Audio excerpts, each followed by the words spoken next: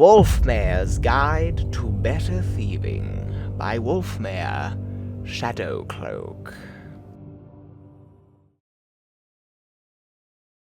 So, you want to make it as a cut purse?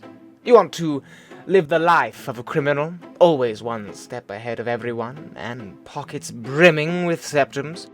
Maybe it appeals to you to try and earn a living by robbing some wealthy merchants or extorting your local shopkeepers? Let me give you a bit of advice. Don't bother. For every skilled thief I've met in my day, I've seen a 20 who thought that they had what it took, but ended up rotting in jail. But if you're anything like me, you don't listen to advice. You do whatever you want, and never let anyone else tell you otherwise. To oblivion with the risks. All that matters is the coin. Sound familiar? If it does, then this book might just teach you the difference between acting like a petty thief and a master criminal. I know what you're thinking. Who's this Wolfmare? Who does he think he is, telling me how to be a better thief? What makes him an expert? Simple. Maybe you heard about that heist in Mournhold, when Queen Berenzia's coronation crown went missing? Or perhaps the tale of an Elder Scroll gone missing from the White Gold Tower reached your ears. That's right. It was yours truly. I've done just about every kind of job you can imagine, and I've got the septums put away to prove it. How else could an ex-thief find the resources to publish his own book? Now that I have your attention, let's start with two of the most fundamental skills you'll need to sharpen if you want to make it as a cut purse.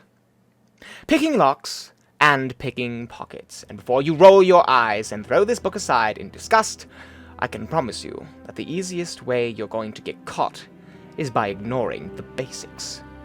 But if you can master these activities, you'll find yourself swimming in coin. Picking pockets is one of the easiest skills to learn, but you'd be surprised how often I've seen novice thieves muck it up. The lesson here is twofold. First, know your surroundings, and second, know your approach. Where and when you decide to go fishing is just as important as who you choose as your mark. Follow them a while. There's never a need to rush. Wait until they're somewhere isolated and out of earshot of any guards. But most importantly, always know when to let the mark go. Getting pinched simply is not worth the risk. There'll always be plenty of other marks who will come along with their pockets full. As far as the approach goes, don't drop into your crouch until you are completely out of the mark's view, directly behind them and preferably close to them. Don't spend too long deciding what you'll lift, either. A good thief should always be able to hit a mark and make off with something valuable in less than 5 seconds. Last of all, plying this trade at night will greatly reduce your chances of getting caught.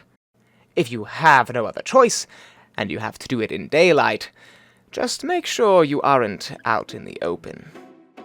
Lockpicking is an art form that takes years to master. The important thing to remember is that no two are alike, each one behaving completely different. As long as you keep your wits about you, and your patience, you'll find them easier to defeat than you'd initially expect.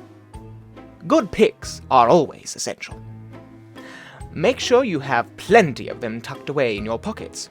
Always take your time and keep a light touch on the picks. When the tumblers begin to fall into place, you should feel the pick tremble ever so slightly. This means you're near the sweet spot. Slow down at that point, and only move the picks with the finest touch. If you blindly poke at the lock like an old man, all you're going to end up with is a bunch of broken picks, and equally broken pride. As a last resort, if the lock is completely confounding you, there's always the option of smashing it. Just keep in mind that this is rarely successful, and could potentially make a great deal of noise. By using my techniques, I'm not merely suggesting you'll be a successful thief. Oh no, I'm giving you a solid guarantee. All it takes is a little bit of patience, and a great deal of patience. Then maybe, just maybe, you'll become as successful as Wolfmare. In my next volume, we'll move on to another important tool in your arsenal. Sneaking. I'll prove to you that the shadows can be just as potent of a weapon as your blade, if you know how to bend it to your will.